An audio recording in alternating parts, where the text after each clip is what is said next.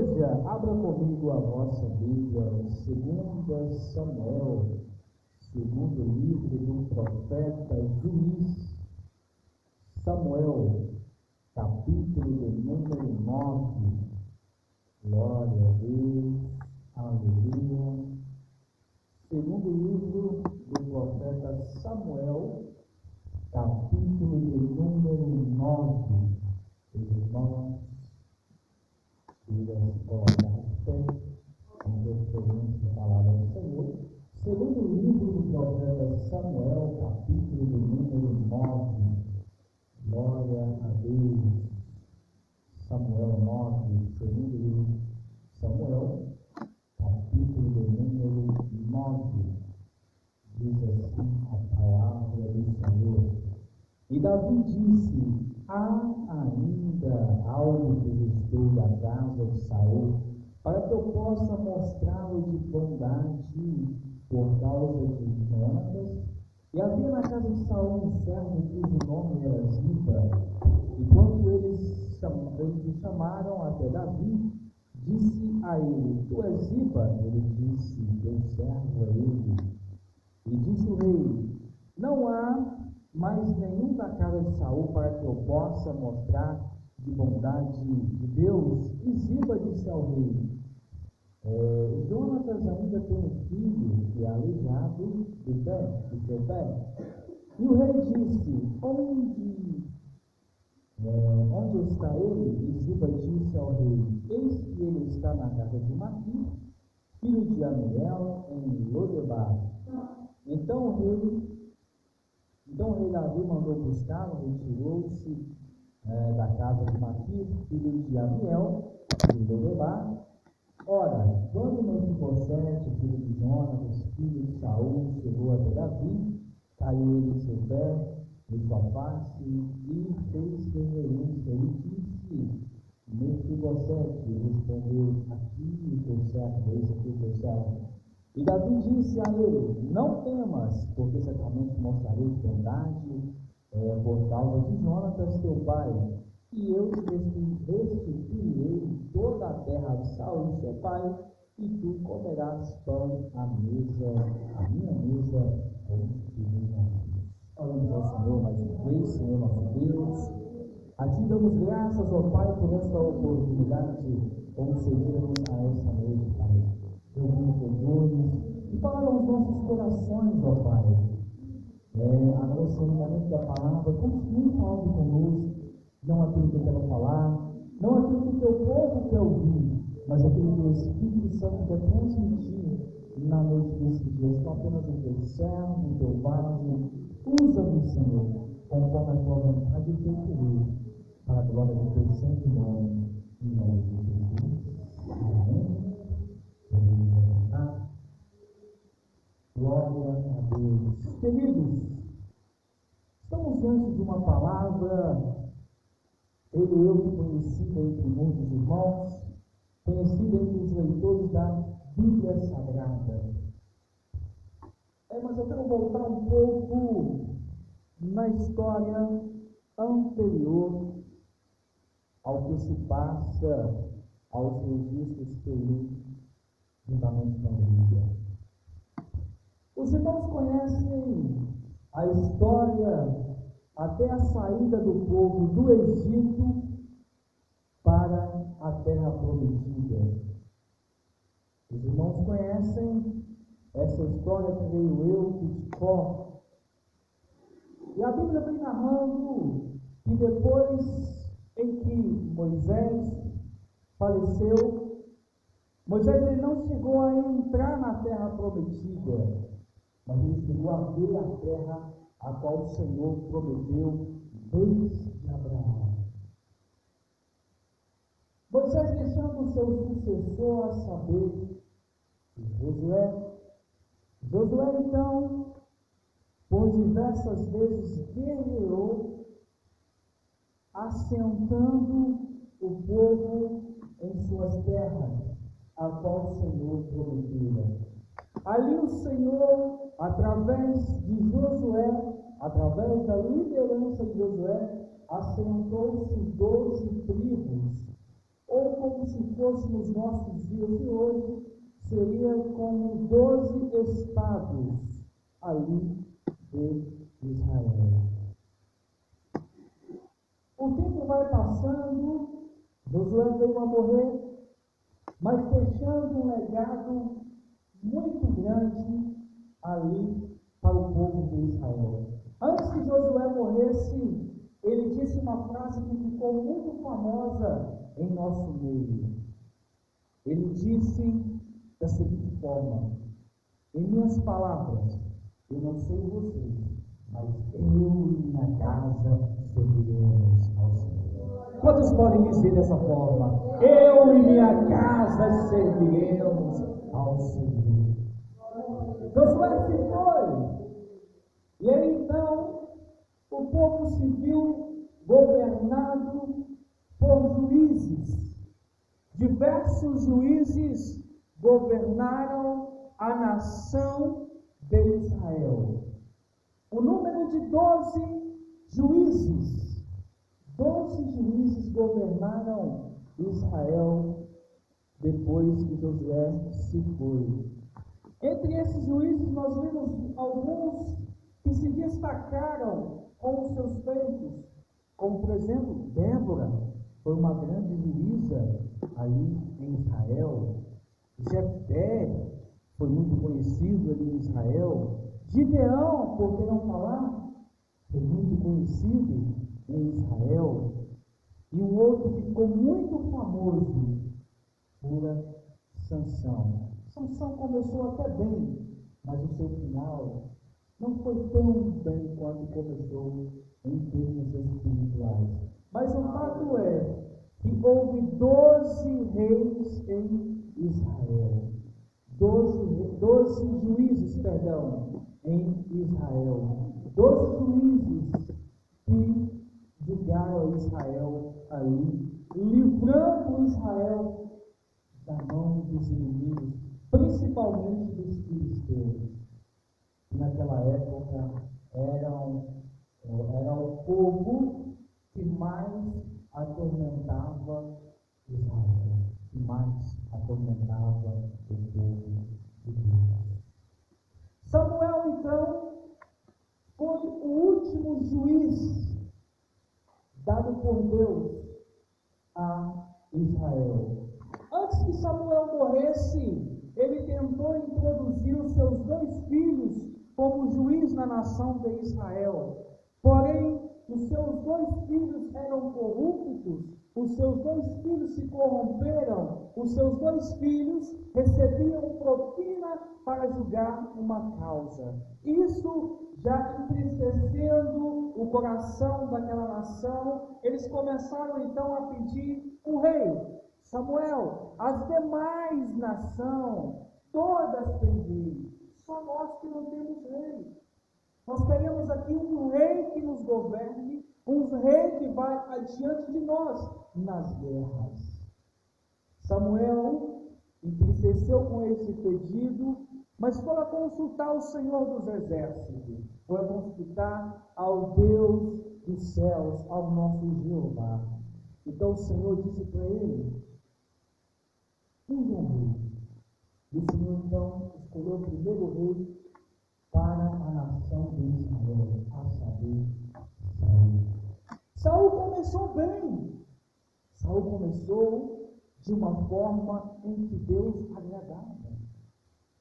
Porém, dado um momento, Saul começou a se distanciar da presença do Senhor, fazendo o que o Senhor não agradava, fazendo o que o Senhor não permitia. Ele era rei, porém para o rei não era permitido fazer sacrifício no templo.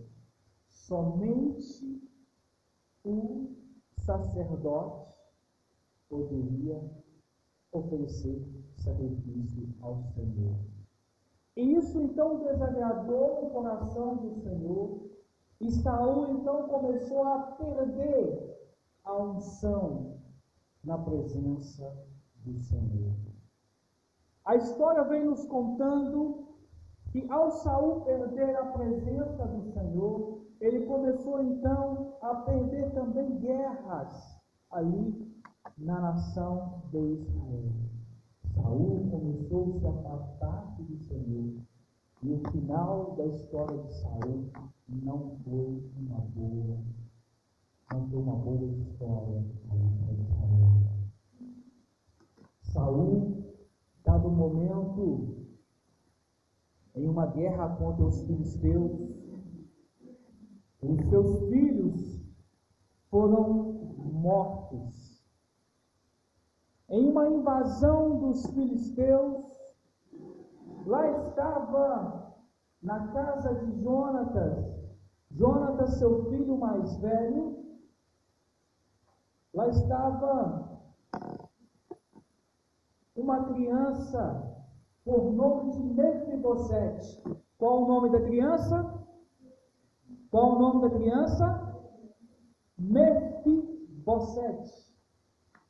Mefibosete, apenas com 5 anos de idade, ao lado da sua ama ou ao lado da sua babá, de repente acontece um alvoroço, a sua babá se assustando com o alvoroço, resolve correr, e ao correr ela tropeça, e ao tropeçar ela cai, levando o menino a cair, e caindo veio a ele a quebrar os seus 2 pés.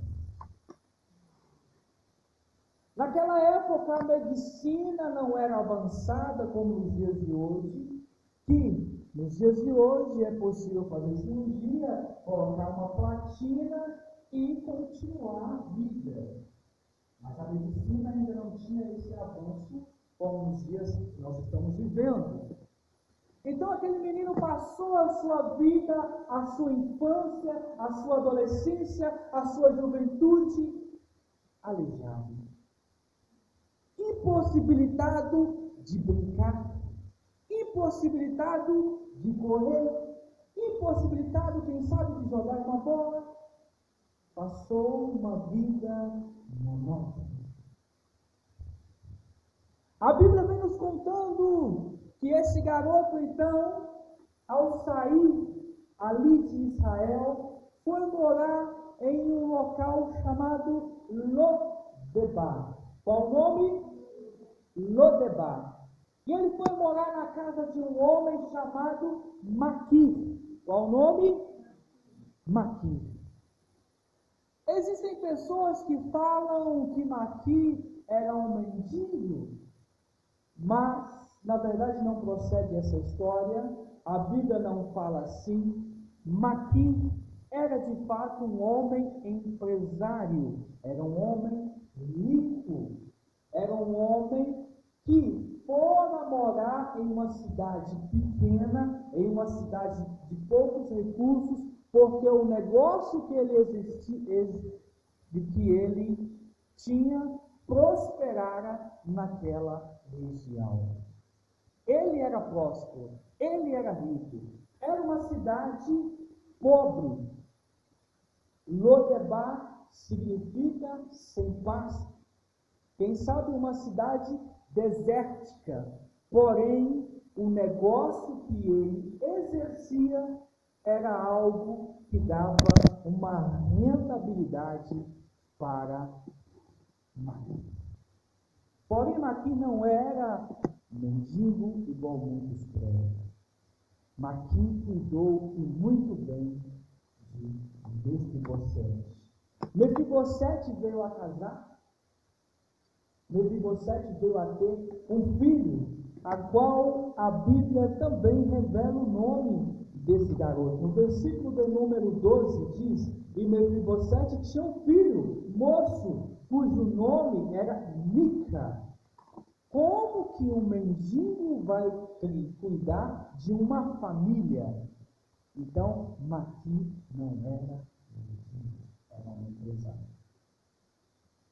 Deus então teve a providência de cuidar de Mefibosete.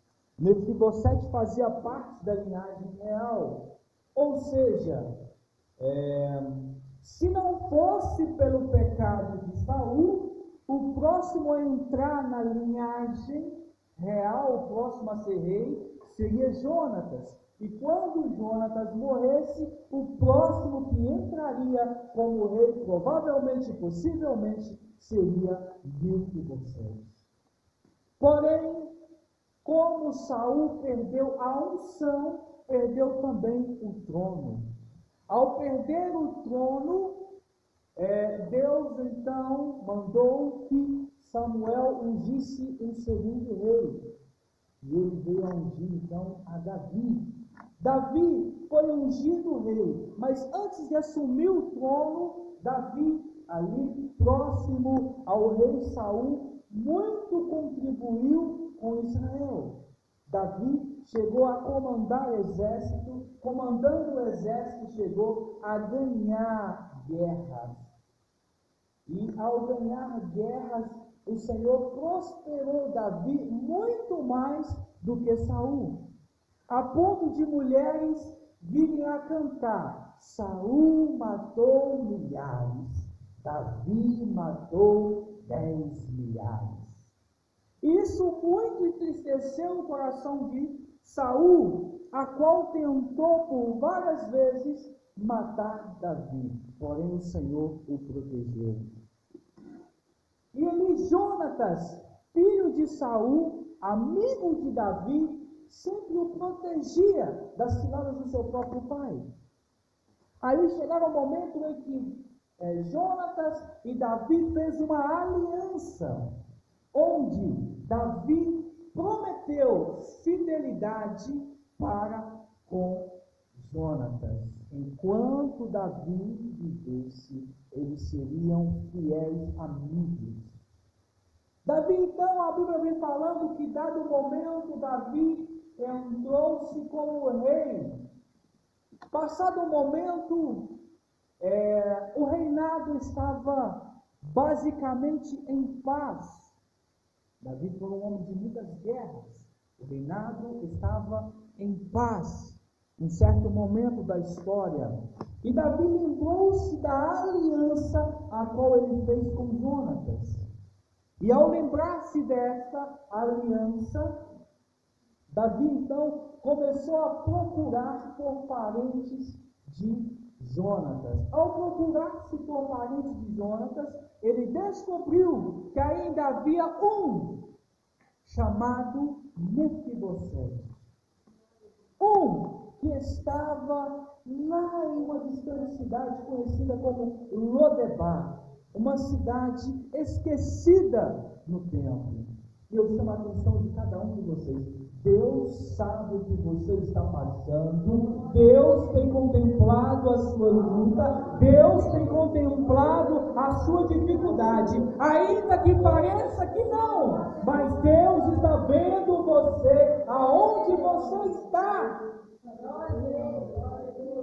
E Deus não precisa de mídia, Deus não precisa de foto no celular, Deus não precisa de vídeos no Instagram, no YouTube, para te contemplar, não. Aonde você está, um lugar que ninguém nunca ouviu falar, Deus, Ele tem contemplado você. Deus, Ele sabe do seu sofrimento e Ele quer mudar a sua história. Aleluia, glória a Deus, aleluia. Queridos, Mefibosete é uma criança que cresceu sabendo que era possível, se não fosse pelo erro do seu avô, ele seria herdeiro do trono. Agora pensa um garoto morando em uma cidade desconhecida, em uma cidade desprezada, sabendo que tinha sangue real em suas veias e sabendo que agora estava longe da promessa do Senhor. Pensa como vivia esse garoto. Pensa o que eram os seus pensamentos diários. O que eu quero trazer para cada um de nós nessa noite é que em toda a nossa vida, sempre passamos por dificuldades em que parece que a promessa do Senhor está longe de nós. Quebraram as pernas desse menino. Quem sabe eu estou pregando para alguém nessa noite que quebraram as suas pernas emocionais. Mas como? De repente, quando você ainda era criança, ouviu palavras da seguinte forma: você não vai dar em nada.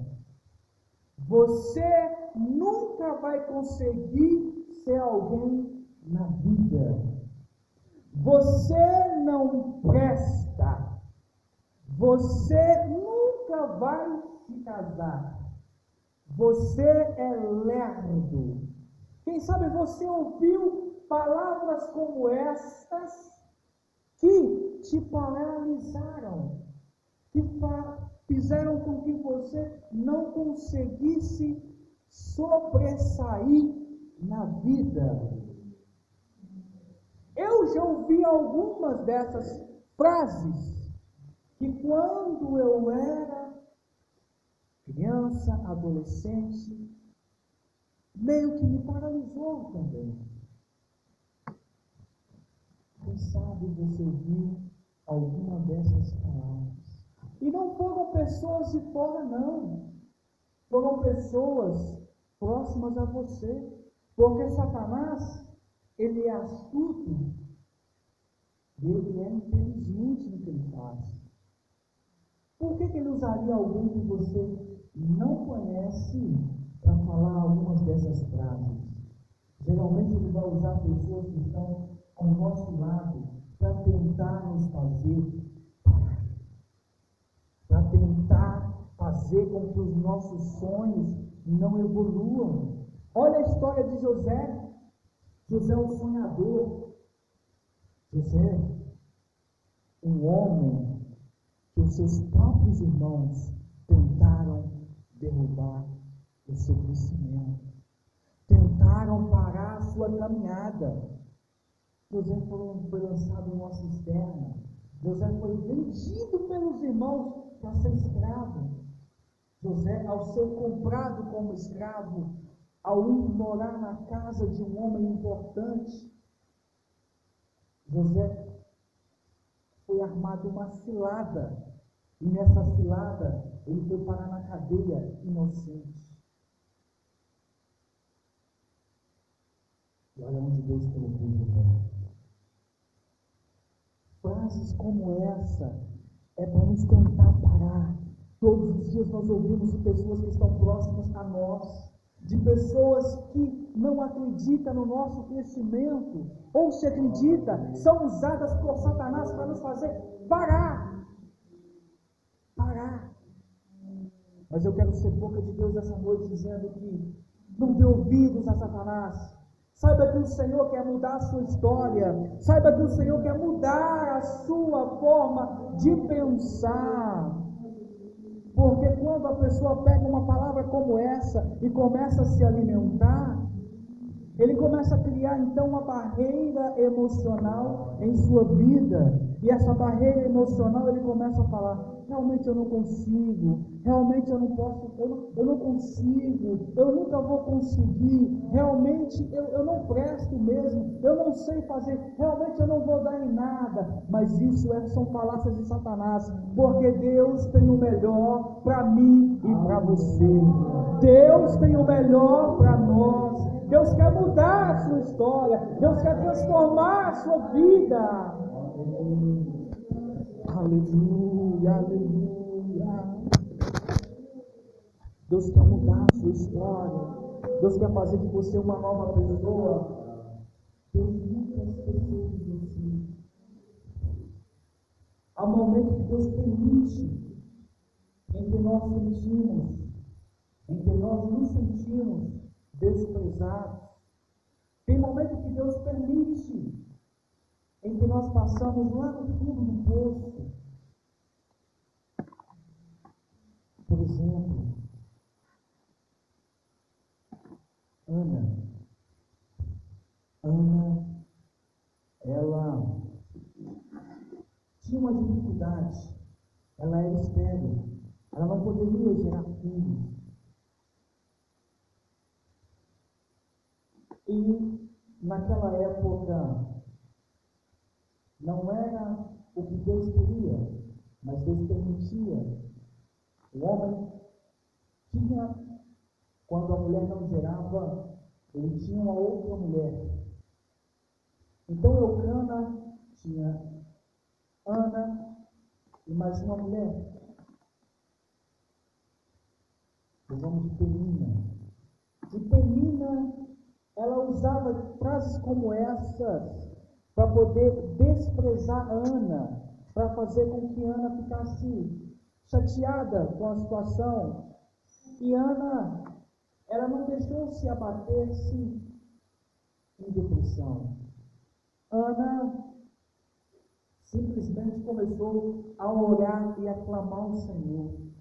E o Senhor abriu a madre de Ana, e ela começou a gerar filhos.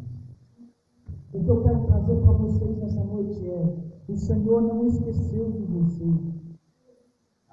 Tem momento que Ele quer ouvir a nossa voz, tem momento que Ele quer ouvir o nosso clamor. Afinal de contas, Ele disse: clama a mim e responder-te-ei coisas grandes que vocês ainda não sabem.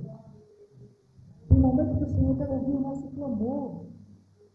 Tem momento que parece que está tudo difícil, mas o Senhor está lá.